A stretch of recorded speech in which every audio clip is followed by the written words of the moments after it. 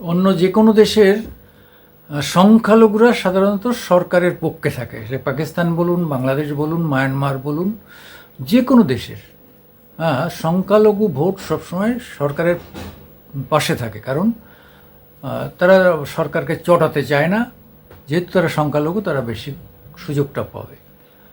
আর ভারতেও তার উল্টো।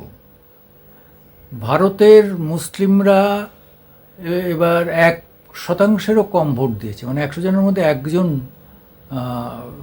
ভোট দিয়েছে কিনা সন্দেহ। যে মুসলিম রমণীদের জন্যে 3 তালাক বন্ধ করলেন,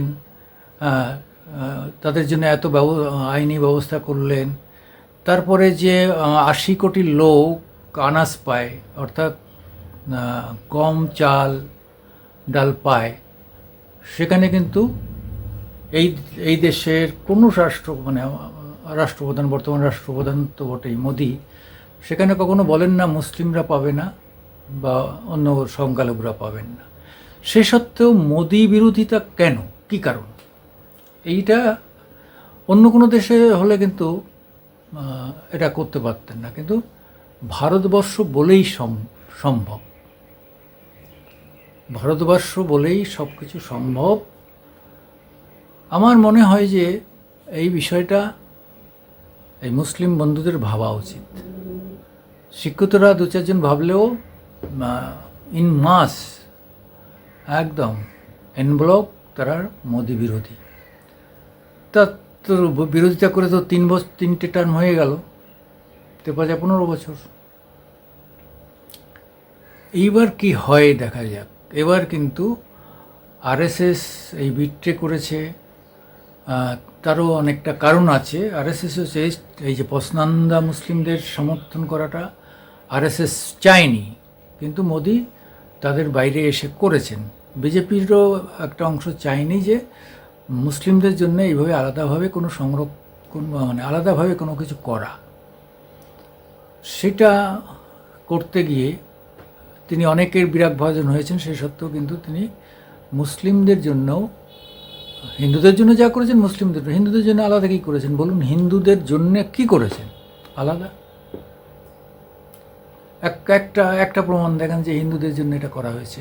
স্পেশালি হিন্দুদের জন্য কিচ্ছু করেনি, তবু তাকে হিন্দুত্ববাদী বলা হবে, তবু হিন্দুদের দেখে দেওয়া হবে।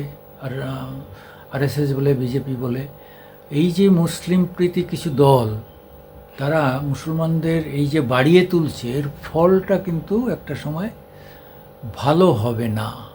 আমি হুঁশিয়ারি দিচ্ছি না। আমার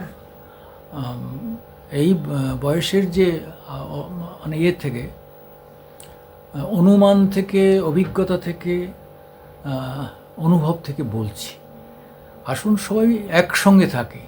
সে ঠিক আছে, আপনার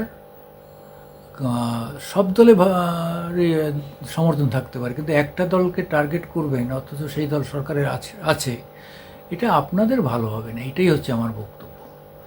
এক সময় না এক সময় কিন্তু এর বিপরীত ফল হবে, তখন কিন্তু সমস্যা বাড়বে। ফলে যে দেশে থাকবো সেই দেশের সরকারের সঙ্গে সুসম্পর্ক রাখাটা অনিবার্য। আপনারা কে কী বলছেন বলুন, কিন্তু আমার যেটা মনে হলো আমি সেটা বললাম। আমরা মামাটি মানুষ ইউটিউব থেকে আপনাদের সামনে বিষয়টা নিয়ে এসেছি। আমরা কিন্তু শুনুন, আমরা কোনো রাজনীতি করি না, আমরা কোনো ধর্মনীতি করি না। আমাদের উদ্দেশ্য থাকে যে ইউটিউবে বিভিন্ন বিষয় নিয়ে আলোচনা করা এবং তার প্রতিক্রিয়া আপনারা সাধারণ মানুষ কীভাবে দেন সেটা দেখা।